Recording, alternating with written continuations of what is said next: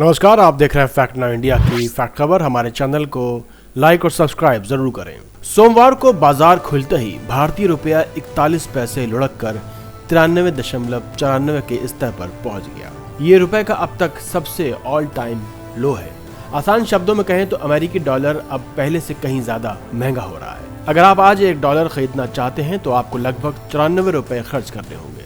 पिछले शुक्रवार को ये 93.53 था, लेकिन आज ये और नीचे गिर गया है। इससे पहले शुक्रवार यानी 21 मार्च को 93.53, 93.71 के आसपास बंद हुआ था। सुबह इंटरबैंक फॉरेक्स मार्केट में रुपया 93.84 पर खुला और फिर तेजी से फिसलकर 93.94 तक पहुंच गया। कुछ रिपोर्ट्स में ये 93.94 के आसपास बताया गया, लेकिन कुछ सोर्सेज जैसे the Hindu, times of India, money control ने क्लियर किया कि आज नया रिकॉर्ड लो बना है। ये गिरावट पिछले कुछ दिनों की लगातार कमजोरी का हिस्सा है। मार्च में ही रुपया 93 के स्तर को पार कर चुका था और अब 94 के करीब पहुंच रहा है। साल 2026 में अब तक रुपया करीब 3 से 3.5% कमजोर हो चुका है। विशेषज्ञों और डीलरों के अनुसार गिरावट के पीछे कई कारक हैं। पश्चिम एशिया जैसे ईरान, अमेरिका, ट्रम्प के बीच तनाव का संघर्ष अब चौथे सप्ताह में है।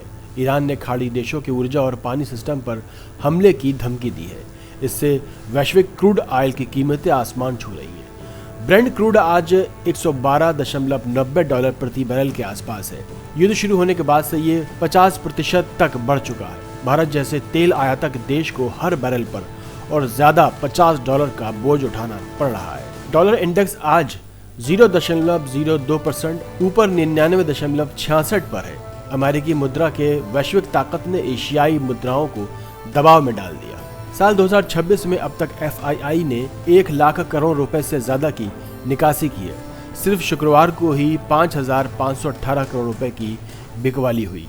सेंसेक्स 1,306 पॉइंट यानी 1.75% गिरकर 73,226 पर और निफ्टी 418 पॉइंट यानी कि 1.81% गिरकर 22,696 पर बंद हुआ, जिससे डॉलर की मांग और बढ़ गई। जितनी भी ऑयल मार्केट कंपनियां हैं वो आगे की कमजोरियों को देखते हुए ज्यादा से ज्यादा डॉलर खरीद रही है। रिजर्व बैंक ऑफ इंडिया बाजार में सक्रिय है। पिछले हफ्ते फॉरेक्स रिजर्व $7.05 अरब गिरकर $709.76 अरब रह गया। डीलरों का कहना है कि RBI ने आज भी हस्तक्षेप डॉलर की भारी मांग के कारण रुपया गिरने दिया। CR फॉरेक्स एडवाइजर के मैनेजिंग डायरेक्टर अमित पवारी ने कहा, 94 का स्तर मनोवैज्ञानिक रूप से मजबूत रेजिस्टेंस है। अगर ये वॉर तनाव कम हुआ 1.15 रुपए की रिकवरी हो सकती है, वरना दबाव अब भी बरकरार रहेगा।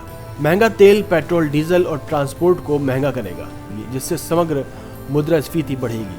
तेल आयात बढ़ने से चालू खाता घाटा यानी कि CAD और बिगड़ सकता है। विदेश शिक्षा, यात्रा, इंपोर्टेड सामान महंगा हो जाएगा। आज की गिरावट में भी बाजार में भारी बिकवाली देखी गई है।